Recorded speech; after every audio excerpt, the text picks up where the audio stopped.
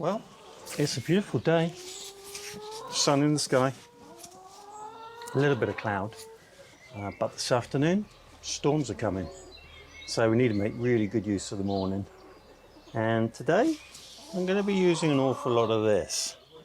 So we're in early growing season, but we've had a strong period of growth, warm weather, lots of rain, and all the vegetables have suddenly put a growth spurt on. And it's too easy to ignore that. The problem is if you get a windy day then and a bit of gust, you find that a lot of these plants will take damage. So where they've got tall and they're not quite robust enough yet, a lot of them need a bit of support, and that's what this is about. So I'm going to work my way around, assess what's needed, and start using some of this string magic. So I think this is the first area. We can see that these Gigantes beans are doing quite well, although this one has just leant over and joined this pole, so we're going to help him get back to this one. And we've got a couple that probably just need a little bit of help, and I'll probably tie this one in because it's going to spend some time wallowing, I think. This one's decided it'll go up the angled cane, and so I think I'll probably put him back on there, and then that group of beans are going in the right direction. Now these are the cannellinis, and these ones in the front are fine, but the ones over the back there are all starting to lean that way, and I'm just going to tie them into those canes just to make sure that we don't end up with all the beans leaning over there. So there's a bit of work to do there. These are the dwarf Allotments, and they're bushed up really nicely. We've got one here that's leant over, and we probably need to pull him back up.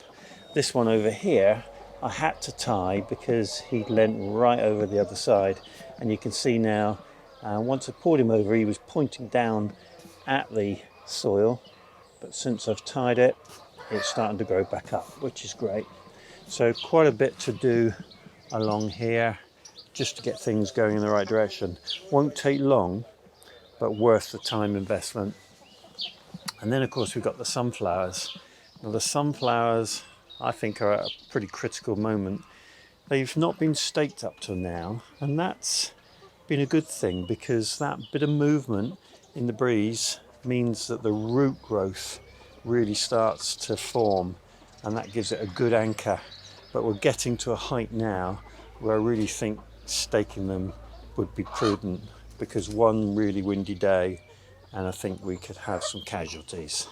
So in this back area, quite a bit to do, and I'll get on with that now. A few of these later grown or later planted broad beans are leaning over, so I'm just going to work my way through and stake any that I think are too low to the ground. And there's a little bit of weeding to do in here while I'm at it. So if I want these beans to succeed, they need to be pointing upwards, and that's what I'm going to do next.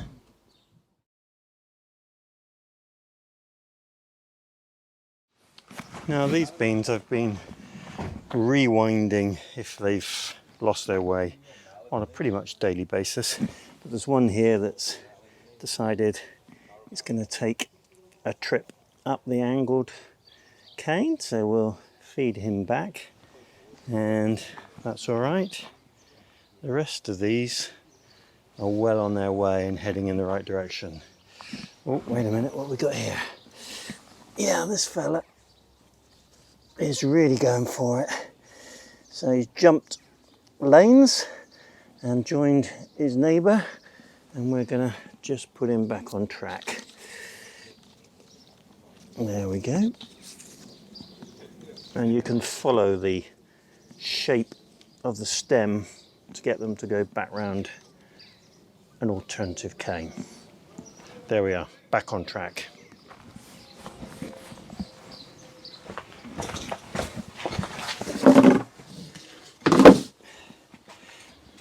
So the tomatoes, they don't need tying up because of the wind, but they do need to keep on track because space is limited and I'm looking for fairly straight plants. So they've got to the point now where they need their next tying to these structures so that they don't lean out and start growing in the wrong directions.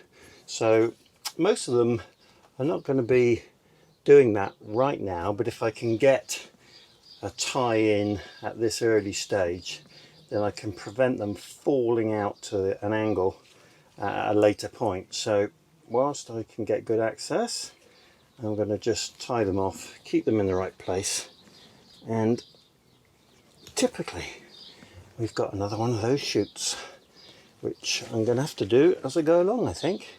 And I also might consider stripping a further few leaves. These plants now are really looking very vigorous, and I don't think it'll do them any harm to lose another bottom leaf. So if I think that's needed, I'll take them out at the same time.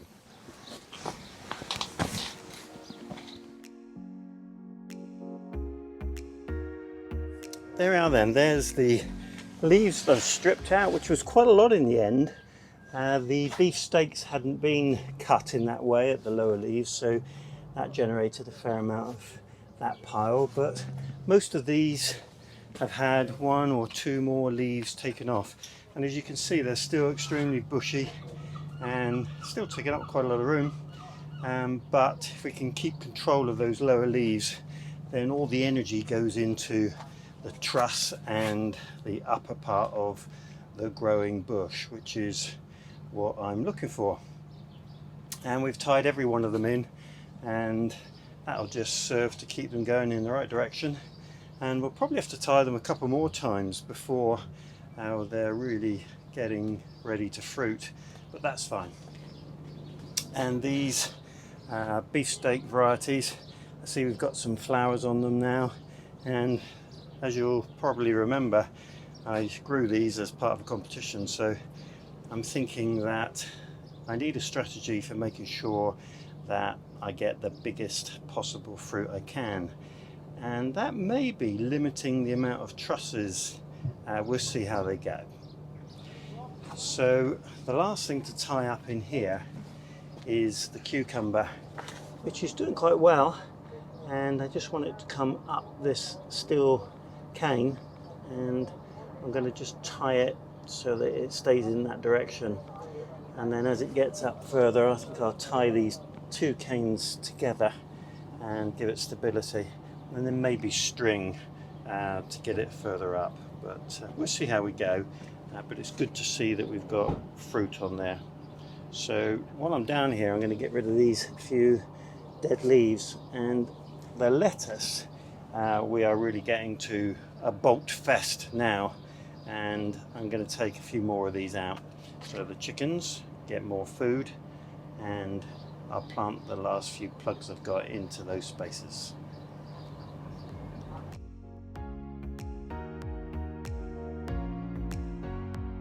So there's quite a lot of lettuce come out there, and a lot of the stems on those have gone mushy, and the chickens will make good use of all of that, and we're certainly not short of lettuce still. So we've planted in a few more plugs. That's opened it up now so that the spring onions can really come on, and you can see these that were a little bit more open are looking really well, but down in here we've got some really winicky ones, so that'll open it up and get those going. I still had some beetroot left, again just kept in my spares, so I've put those in here, and that'll give us a few later beetroot. And obviously got the cucumber now tied up, and a little bit of weeding, and the bed's just ticking along nicely. We've still got some pretty much bolted lettuce in here, but we'll feed from these, and when the time's right we'll take the balance out and give them to the chickens. So we're keeping perpetuation of this bed and making good use of it for as long as we can. And if I think that the cucumbers that I've sown recently are good enough, I might put another one in there to grow up, although there's a limit to how many cucumbers we want. Just to show you them, here they are, which I put together a little while back, but they're looking really healthy. And the squash, that I potted on, which were the best of those that I grew from all the seed I had, they're ready for putting out now, and I think the weather's right. So on my list today is to get those squash into a final position.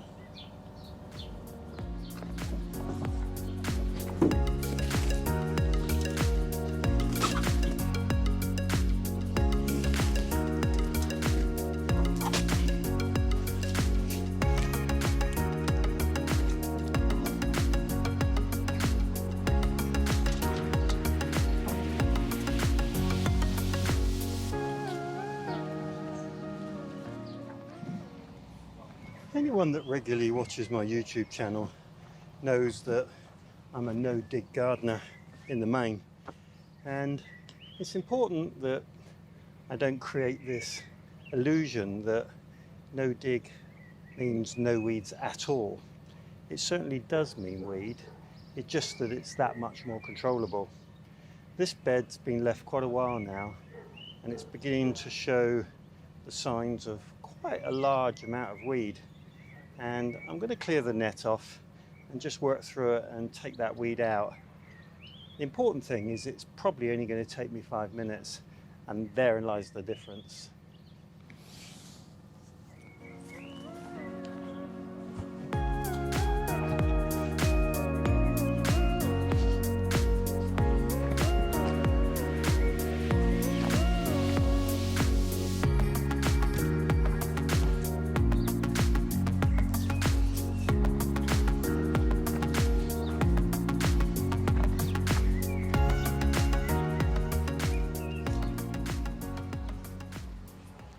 So I'll put the clock on this bed and see how long it actually takes me. Here goes.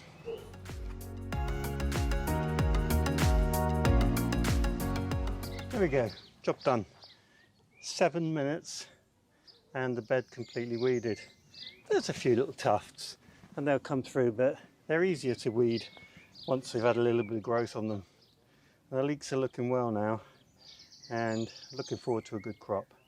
So I'll get the net back on and move on to some other beds.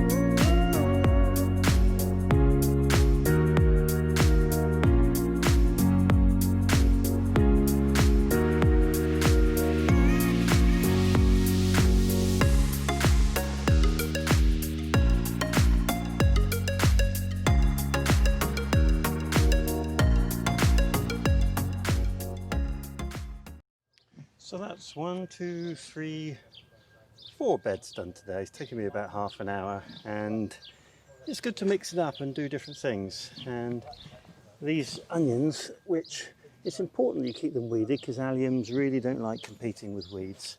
These onions are looking really healthy.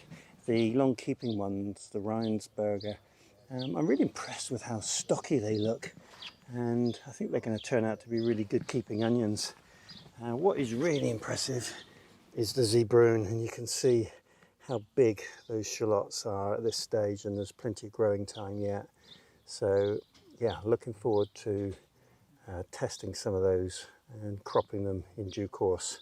Oh, we've got a little fungi down there.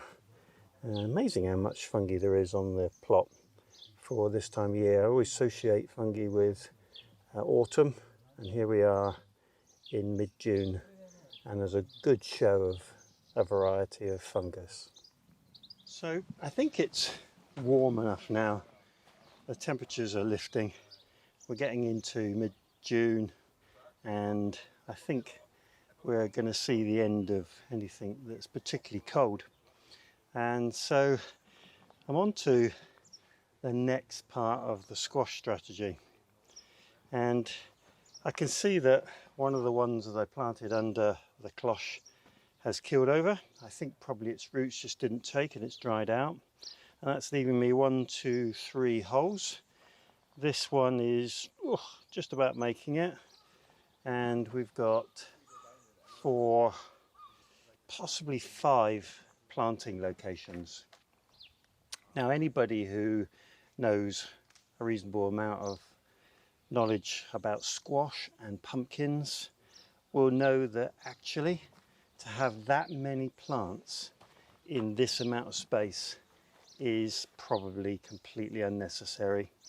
Once these do get going and the runners start going out and it starts fruiting, 2 or 3 of these will cover this space.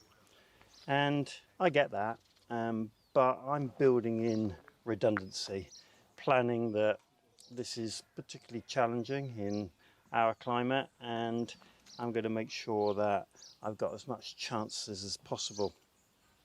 So I'm going to plant up all the holes, the remaining holes, and if some of these don't make it, then that's fine, and we'll work with what's left. But at the moment we've got 1, 2, 3, 4, 5 plants that are doing reasonably well, so I think I've got the bases covered. So I'm going to plant into these. I'm going to use these plants, which these are the best of what I grew from planting all the seed that I had, and they've come on nice and strongly, and I might well keep just a couple of these and pop them in various places if the opportunity presents itself. So let's have a look under these cloches and see what's there. So this is definitely a courgette, and I thought I was planting a pumpkin, but I'm clearly not. So I think I'm going to put one in just next to it, and if that flower comes to anything, then that's great. These are a couple that I put in with the cloche over the top, and this one, which is, let's have a look, Winter Golden Hubbard, that's doing well. This one, which is Muscat de Provence, that seems to have taken nicely and staying green, although it is getting chewed. This is one of the early small sugars that I put in, and it's doing okay, but it's very stunted, and the stem I think has completely had it. So decision made, it's coming out. Blank space. This is the butternut squash that my neighbour gave me, and it was a good healthy plant. Obviously took a bit of a shock going in. You can see the slug damage on it, but it is bushing out nicely and starting to take hold. So definitely 1, 2 and probably 3 there. And these cloches that I put over, let's move the stone, there we go. So this is quite hard to read, black curry, and again it stayed green and is doing okay.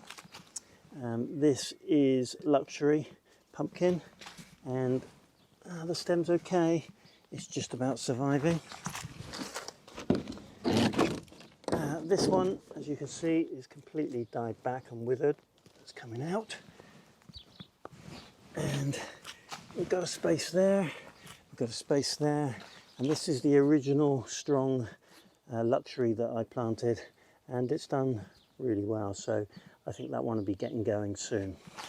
So I'm going to do some planting now and fill up those spaces, and I'll probably put these cloches back over whilst they get established.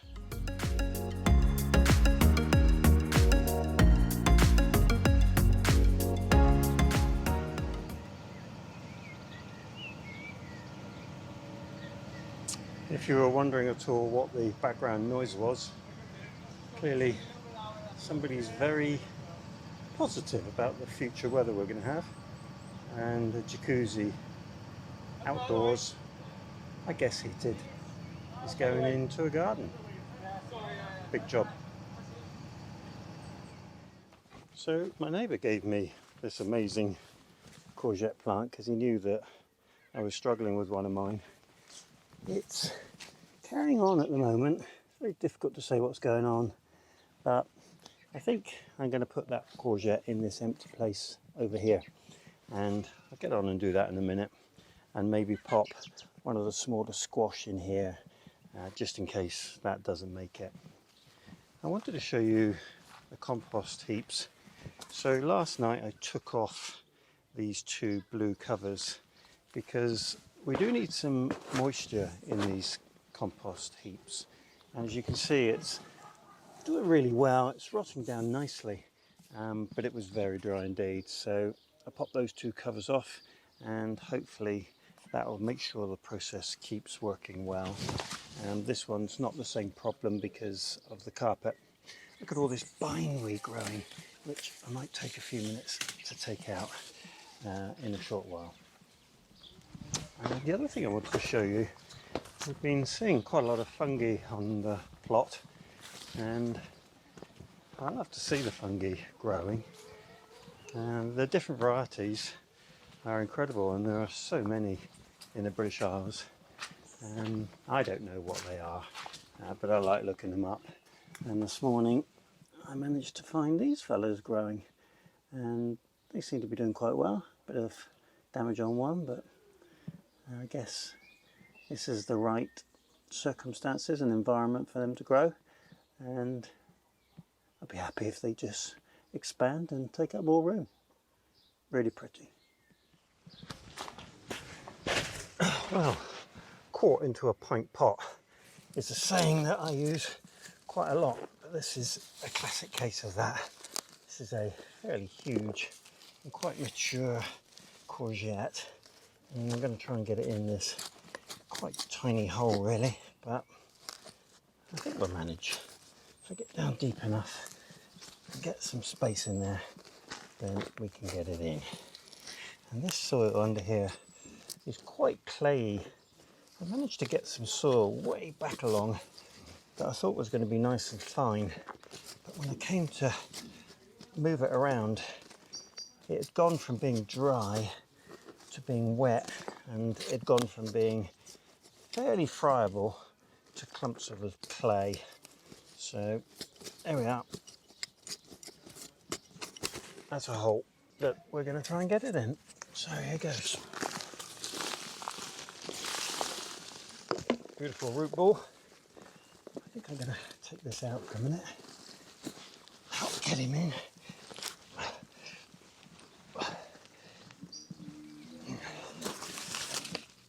And then pop this back in. Just get the clay out of it. There we go.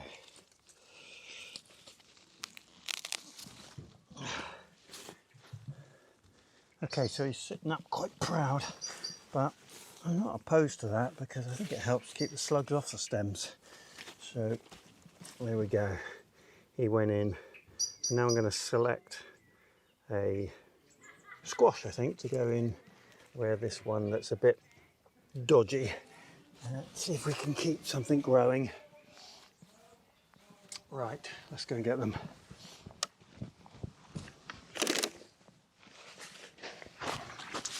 Okay, here we go.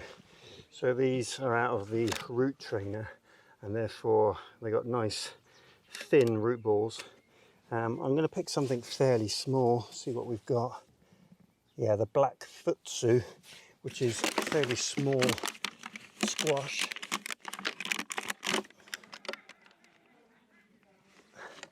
There we are, that's how it comes out. And I'm going to just make some space for it. And pop him down and in. And we've got plenty of extra soil to put on top of him. And I'll probably put some more eggshell around this just to stop the slugs from getting him, as he's easy prey now there's none around it. I'll scoop some of this up. There we go. So we've got this back to being as productive as I think it can be, and we'll just see how this damaged one continues.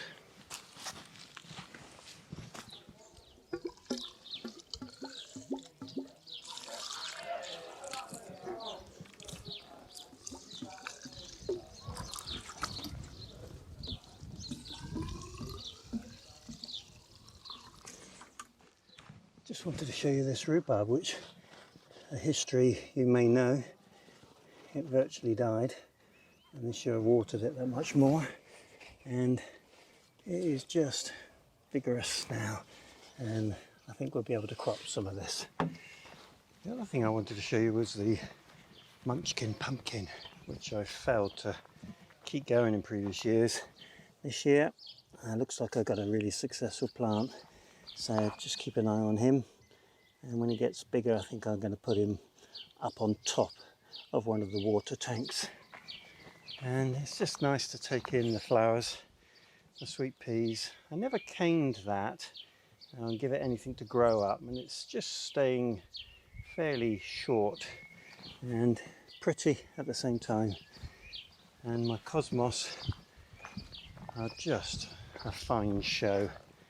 Beautiful flowers in those lilacs and lavender colours. And it looks like I'll get plenty of seed off of that as well, so I'll keep that going and keep those seeds for next year. And the calendula that I put in the plot in this slug-proof pot have done really well. And yep, the copper tape, in my opinion, is working. I've not got a single eaten leaf on that calendula. And the foxglove, they're starting to drop their petals now, but they've been an absolute sight. Beautiful. I love the two different colours. We've got plenty more flowers to come. All these dahlias budding profusely now, and this one not so much, but will come a bit later.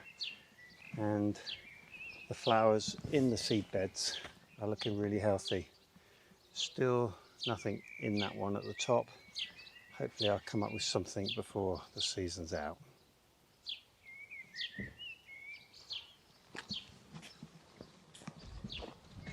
I do hope you enjoyed the video today. If you did, click the subscribe button, click the like button, and if you want updates from me each time I upload a video, click the bell and select all.